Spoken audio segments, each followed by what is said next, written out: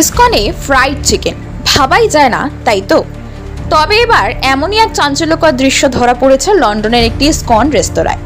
Viral হওয়া ভিডিওতে দেখা গেছে এক যুবক খাচ্ছেন আমিষ ফ্রাইড চিকেন। ভিডিওটি সমাজ মাধ্যমে পোস্ট হতেই মুহূর্তে ভাইরাল হয়।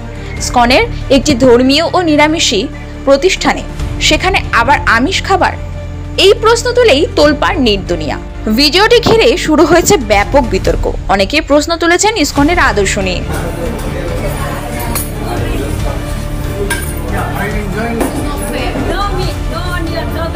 Are you sure like there's no meat? Okay, well in that case. What is it? Oh my God! Go outside, please. Go outside, please. What? No, that's the basic gin. What's up? Chicken. They don't do it.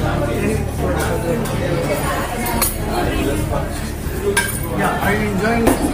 নতুন নতুন update পেতে subscribe করুন news up daily.